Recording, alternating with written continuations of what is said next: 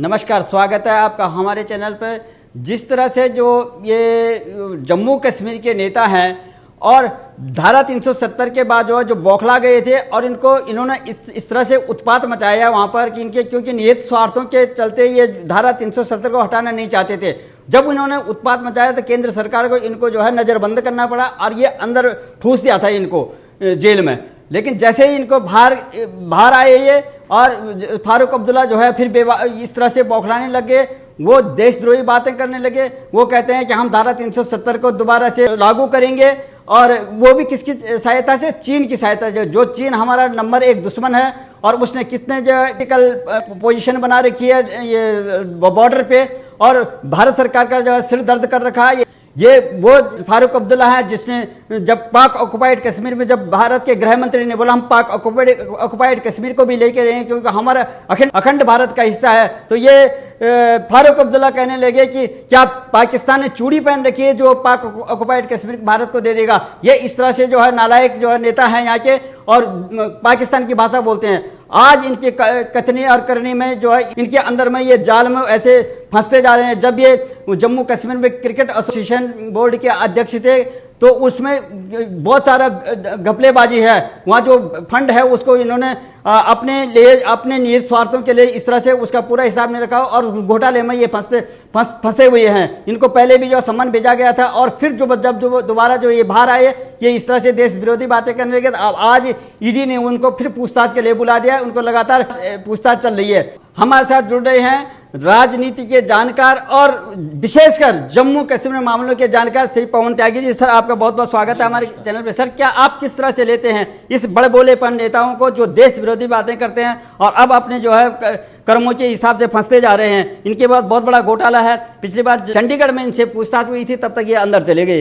अब फिर से ईडी इनसे पूछताछ कर रही है, तो अब ये जांच कहाँ तक जाएगी, जनता जानना चाहती है। देखिए, जो फारूक अब्दुल्ला हैं ये बहुत सीनियर लीडर हैं यूँ तो, लेकिन इनकी हमेशा ही भाषा ऐसी रही है कि ये दुश्मन देशों को फ़ायदा पहुंचाते रहे हैं और इनके कारण से मैं कहूँगा कि जो जम्मू और कश्मीर आतंक की आग में झुलसा, उसके पीछे कहीं ना कहीं ये महबूबा मुफ्ती का परिवार और एक है फारूक अब्दुल्ला का परिवार। ये दो परिवार हैं जिन्होंने उस कश्मीर को पनपने नहीं दिया और वहाँ अगर पनपा तो आतंकवाद पनपा। इनकी मनमर्जी चलती रही, कांग्रेस भी आनंद लेती रही। कांग्रेस को भी केवल लोगों की वोट चाहिए थी और कहीं ना कहीं मुस्लिम तुष्टीकरण के कारण कांग्रेस ने इन नेताओं को फलने फूलने दिया। इनको पैकेज दिया अच्छा, इनको सुरक्षा बल दिया और इनको अच्छे अच्छे बंगले दिए, इनको देश विदेश में घूमने की सुविधाएं दी और बदले में इन्होंने देश को क्या दिया?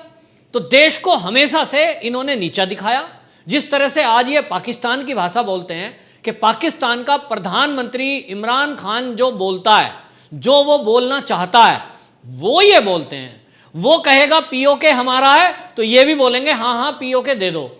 वो चाइना बोलेगा बॉर्डर लाइन पे खड़ा होकर के लद्दाख एरिया हमारा है तो ये बोलेंगे हाँ हाँ चाइना तो अपना ही है और इनके सहारे से हम तो जो है धारा 370 दोबारा लागू करेंगे क्योंकि धारा 370 हटने से हमारी मौज मस्ती खत्म हो गई। अब ये मौज मस्ती खत्म हो गई ये तो बोल नहीं सकते, ये तो जनता को बरगलाते हैं और कश्मीर की जनता को बरगला कर ये कहते हैं कि वहां हमारा शोषण हो रहा है। साहब, अरे भाई, जब से धारा 370 हटी है तब से वहां विकास की बयार बह रही है। मोदी सरकार ने जो आज़ादी करी है वहां नौकरियों के जो चांस पैदा हुए हैं, इन सबको देखते हुए अभी तो थोड़े दिन हुए हैं लेकिन इनकी बौखलाहट है। क्योंकि बौखलाहट यह है कि अभी तक इनका एक छत्र शासन चला था। जैसा कि अभी आपने बताया कि क्रिकेट एसोसिएशन के ये जम्मू कश्मीर के जब अध्यक्ष थे उस समय जो इन्होंने घोटाला किया था, अब उस घोटाले में ईडी ने कार्रवाई की है, पूछताछ शुरू हुई है। फंसेंगे 100%, क्योंकि अभी तक तो इनको लगता था कि हमारे यहाँ केंद्र में कांग्रेस है और वो हमारी मदद करती रहेगी तो हम जो भी घोटाला कर लें वो चल जाएगा। तो आपको ध्यान होगा 2000 मामला ये है कि 2002 से 2011 के बीच इनको जो है बीसीसीआई ने लगभग 112 करोड़ रुपए जम्मू और कश्मीर के जो ये क्रिकेट एसोसिएशन है इसको दिया। और उस दौरान में ये जम्मू कश्मीर के क्रिकेट एसोसिएशन के अध्यक्ष थे। उनके टाइम में लगभग 43.69 ये करोड़ रुपए का गबन उसमें पाया गया। 112 करोड़ रुपए दिए, उसमें 43.69 जो करोड़ है उसका कोई हिसाब किताब ये नहीं दे पाए, माने उसको खा गए। और इसलिए ये 2015 में सीबीआई ने केस लॉन्च किया था उस टाइम पे कि ये जब क्रिकेट बोर्ड के अध्यक्ष थे उस समय जो ये पैसा गमन किया जिसका हिसाब किताब नहीं दिया, अब इसका हिसाब किताब दीजिए। 2015 में जैसा कि आपको ध्यान आएगा 2014 में मोदी सरकार आ चुकी थी, तभी से मोदी सरकार कार्रवाई करने के मूड में थी। और लेकिन जैसा आपने बताया कि बाद में फिर ये नज़रबंद हो गए, तो इसलिए ये बच रहे थे और ये सोच रहे थे कि हमारी दादागिरी इसी तरह चलती रहेगी। शायद इन्होंने सोचा होगा कि जब तक ये नज़रबंद है तब तक पाकिस्तान या चीन भारत पे हमला कर देगा, हम भी उनका साथ देंगे और ये कश्मीर चीन में और पाकिस्तान में मिल जाएगा। ये इनका शेख चिल्ली वाला ख्याल होगा। इन्होंने सपने देखे होंगे, ये सपने इन्होंने देखे थे, ये सिद्ध हो रहा है क्योंकि आज ये पब्लिक के सामने आकर कह रहे हैं कि धारा 370 हम कश्मीर में दोबारा लगाएंगे। वो भी कैसे? तो इनका जवाब है चीन की मदद से। यानी ये चाहते हैं कि चीन का कब्जा भारत पे हो जाए। इससे बड़ा देशद्रोह हो नहीं सकता।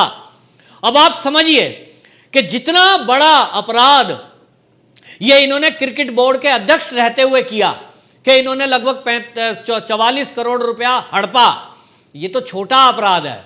लेकिन इस देश के विरुद्ध में कार्रवाई करना, साजिश करना और ये मंशा जाहिर करना कि चीन इस देश पे कब्जा कर ले, पाकिस्तान इस देश पे कब्जा कर ले, यहां आतंकवाद पनपे, ये जो इन्होंने वक्तव्य दिया है, इस वक्तव्य के लिए भारत सरकार को एक केस और दर्ज करना चाहिए और वो करना चाहिए देशद्रोह का। और इनको नजरबंद ना करें, नजरबंद से कोई फायदा नहीं है। घर में तो ये पूरे आनंद में रहेंगे, आराम से सोएंगे पलंग पर, आराम से खाएंगे चिकन बिरयानी।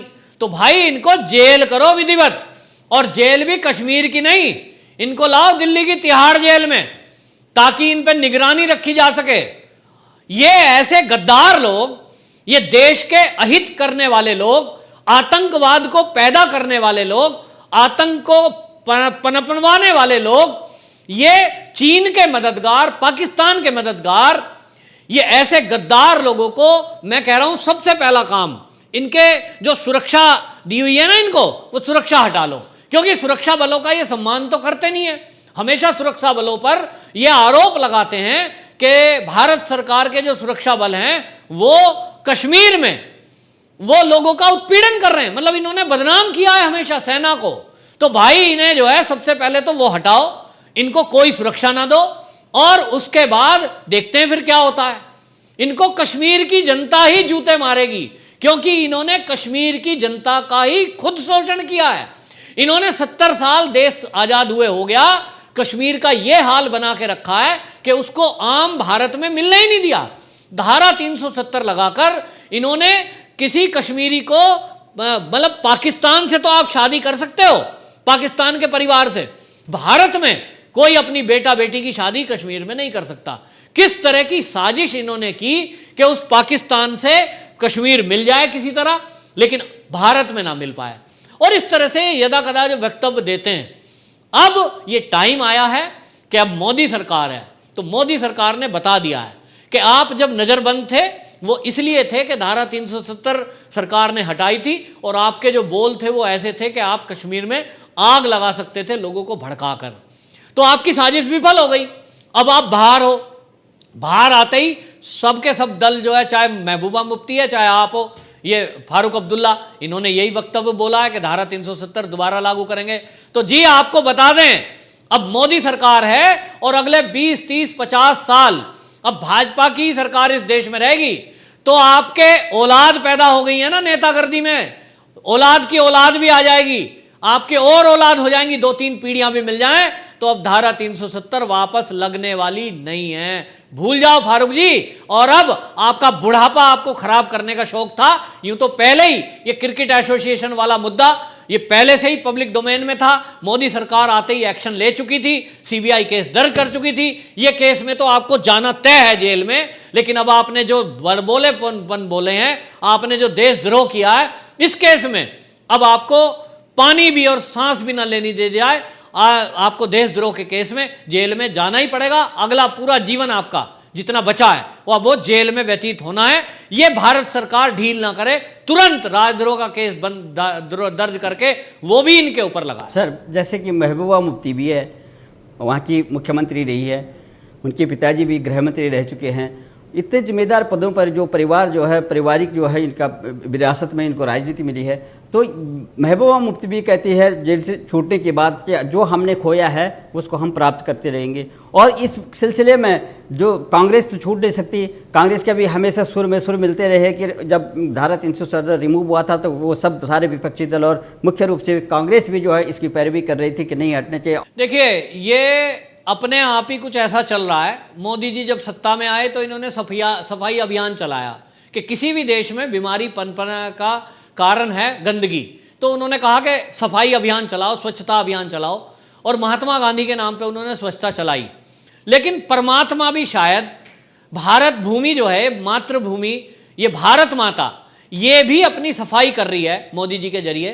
और इस तरह के जो राजद्रोही हैं, जो देशद्रोही हैं, वो अपने आप ही देखो पब्लिक के सामने आ रहे हैं।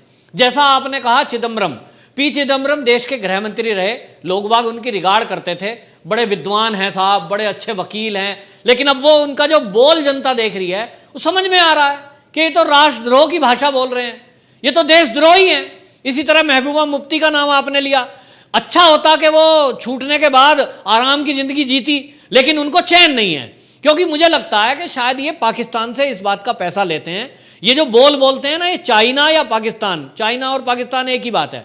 तो जैसा हमने देखा, आपने पी चिदम्बरम को कहा, वो कांग्रेस ने समझौता किया हुआ है, तो उनको बोलना ही इस तरह से है जिससे लाभ चाइना को जाए, जिससे इस देश का माहौल खराब हो। तो अब टाइम है कि ये जो देशद्रोही हैं, ये निकल कर बाहर आ रहे हैं, अपने आप ही बता रहे हैं मैं देशद्रोही हूं जी। कोई सोचे चिदम्बरम नहीं है, वो भी बता रहा है हाँ मैं भी देशद्रोही हूं, मैं भी ऐसा बोल रहा हूं, धारा 370 दोबारा लाएंगे। बोलें, देश की जनता जानना चाहती है कौन कौन देशद्रोही हैं, और मोदी जी केवल इतना करें कि ज्यादा लंबा प्रोसेस ना करके तुरंत इनको जेल करें। बिल्कुल सही कहा। जो भी किसी भी दल का हो, चाहे वो सत्ता पक्ष में हो चाहे प्रतिपक्ष में हो, जो भी देश के हित में बात करेगा, जो देशद्रोह की बात करेगा, उसको सबक मिलना चाहिए। यही देशवासी चाहते हैं। और अब सोशल मीडिया का ज़माना है, पूरा नौजवान से लेकर सब लोग जो है अब जागरूक हैं और सबके सामने जो बात होती है, तो इसीलिए अब देखा होगा इन पार्टियों का जो ग्राफ नीचे होता जा रहा है, इनको सबक मिल रहा है। लेकिन इनको समझना चाहिए कि हमारा जो पार्टी का नेस्तनाबूद हो रही है, जो विलुप्त की तरफ बढ़ रही है पार्टियां, उसका कारण क्या है। आपने चर्चा में भाग लिया और अच्छी तरह से हमारे दर्शकों को बताया। बहुत बहुत धन्यवाद आपको।